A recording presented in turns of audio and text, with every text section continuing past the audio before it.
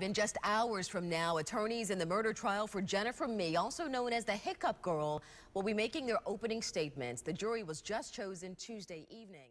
True crime stories remind us of how a single decision can unravel lives, leaving devastation in its wake. Few cases encapsulate this better than the story of Jennifer Mee. Once a national sensation known as the Hiccup Girl, Jennifer's life took a dark turn that ended in tragedy. She went from being a quirky teen battling an unusual condition to a convicted murderer. This is the real-life story of the night she realized her actions caused the deaths of two people, and the chain of events that led to that chilling moment. Jennifer Mee, the Hiccup Girl that America loved. In 2007, Jennifer Mee, a 15-year-old high school student from St. Petersburg, Florida, became a media darling overnight. She was dubbed the Hiccup Girl after developing an uncontrollable case of hiccups that persisted for weeks. Her condition was mysterious, with doctors and specialists unable to pinpoint the cause. Jennifer would hiccup as often as 50 times a minute. Television shows quickly picked up on her strange story. She appeared on programs like The Today Show and Inside Edition, capturing the hearts of viewers nationwide. People sympathized with Jennifer as she struggled to lead a normal life despite her bizarre medical condition. But what seemed like an innocent story of a teen with bad luck masked deeper issues in her life. After several months, Jennifer's hiccups stopped as mysteriously as they had begun. Yet her moment in the spotlight was fleeting. Once the media attention faded, Jennifer returned to a life of relative obscurity. But those brief moments of fame left her yearning for attention, a desire that would ultimately lead her down a dark path. A life spiraling out of control. Jennifer's post-hiccup years were tumultuous. Her family lived in poverty, and she struggled with depression, instability, and feelings of rejection as the fame she once enjoyed vanished. Friends from that time described her as a girl trying to find her place in the world, but lacking the guidance she needed.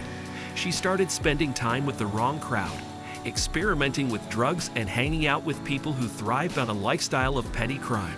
She became a shadow of the bubbly teenager the world had once seen on TV. By the time she turned 19, Jennifer was deeply entangled in a dangerous environment of theft, manipulation, and desperation. It was in this context that Jennifer met Lemont Newton and LaRon Rayford. Together, the trio would commit the crime that sealed all their fates forever: the deadly plan. On October 23, 2010, Jennifer Mee orchestrated a robbery that turned deadly. She connected with 22-year-old Shannon Griffin through a social media platform. Shannon was a former Walmart employee and a kind-hearted young man looking for companionship. Jennifer and Shannon exchanged messages, and she invited him to meet her at a house in St. Petersburg.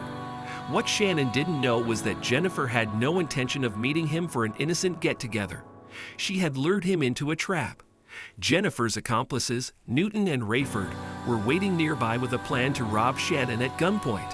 When Shannon arrived at the meeting spot, things quickly spiraled out of control. As Newton and Rayford attempted to rob him, Shannon fought back, refusing to hand over his belongings. A scuffle broke out, and the situation escalated beyond what anyone had anticipated. In the chaos, Shannon was shot 4 times. His lifeless body was left on the ground, and the three fled the scene with nothing to show for their crime. What began as a plan to rob a man had turned into a cold-blooded murder. The arrest and the evidence. Police worked quickly to piece together the events of that night. It didn't take long for them to identify Jennifer, Newton, and Rayford as suspects. The evidence against Jennifer was overwhelming. Phone records and social media messages showed that she had been the one to lure Shannon to the location under false pretenses. Jennifer was arrested and charged with first-degree murder. Despite not pulling the trigger herself, she faced the same charge as the shooter under Florida's felony murder law. This law holds all participants in a crime equally responsible for any deaths that occur during the commission of the crime. Jennifer's arrest shocked those who remembered her as the innocent Hiccup Girl from a few years earlier. The quirky teenager who had once been a media darling was now facing the possibility of life in prison for her role in a brutal murder. The trial, a moment of reckoning. Jennifer's trial in 2013 captivated public attention. Prosecutors painted her as the mastermind behind the crime, arguing that she had used her charm and social media skills to lure Shannon into a deadly trap. The text messages between Jennifer and her accomplices were damning, clearly showing that she had coordinated the robbery. Jennifer's defense team argued that she had been manipulated by Newton and Rayford, claiming that she was a vulnerable young woman who didn't fully understand the consequences of her actions. They portrayed her as a victim of circumstance rather than a calculating criminal. But the jury wasn't convinced. The evidence showed that Jennifer had willingly participated in the planning and execution of the robbery, knowing it carried a risk of violence. On September 18, 2013, Jennifer was found guilty of first-degree murder. She was sentenced to life in prison without the possibility of parole. The moment she realized the consequences. For Jennifer, the weight of her actions seemed to hit her all at once during the sentencing. Throughout the trial, she had maintained a calm, detached demeanor, often appearing stoic or emotionless. But when the verdict was announced, her composure crumbled. Witnesses in the courtroom described the look of despair on her face as she realized she would spend the rest of her life behind bars. Her dreams, her freedom, and her future were gone in an instant. More chillingly, she had to come to terms with the fact that her actions had directly caused the deaths of two people, Shannon Griffin, who lost his life that night, and herself, as she would now be confined to a prison cell for the rest of her days. The victims left behind. The true victims of this tragedy were Shannon Griffin and his family. Shannon's mother, Patricia, spoke openly about the pain of losing her son in such a senseless act of violence. She described him as a hardworking, kind individual who would have given the world to those he cared about. For Patricia and the rest of Shannon's family, no sentence could ever bring him back. They were left to grapple with the loss of a son and brother, knowing he died in such a brutal and unnecessary way. Jennifer's family also suffered greatly in the aftermath of her conviction. Her mother, Rachel Robidoux, stood by her daughter throughout the trial, hoping for a lesser sentence. But the life sentence without parole was a crushing blow, leaving Rachel to mourn the loss of her daughter to a lifetime of incarceration. Lessons learned from a tragic case.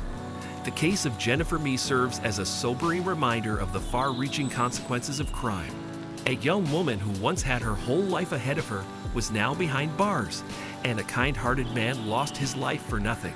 The ripple effects of this tragedy extended to the families of both the victim and the perpetrator, leaving devastation in their wake. This case also reignited debates about the felony murder rule, which holds all participants in a crime equally responsible for any resulting deaths. While some argue that the rule is overly harsh in cases like Jennifer's, others see it as a necessary deterrent against violent crimes. The story of Jennifer Mee is a haunting example of how one decision can destroy countless lives. From a quirky teenager battling hiccups to a convicted murderer serving life in prison, Jennifer's fall from grace was both shocking and tragic. But the greatest tragedy of all was the loss of Shannon Griffin, a young man who became the victim of a senseless and brutal crime. As we reflect on this case, it's a chilling reminder of how crime destroys not just the victims, but everyone involved, including the perpetrators and their families.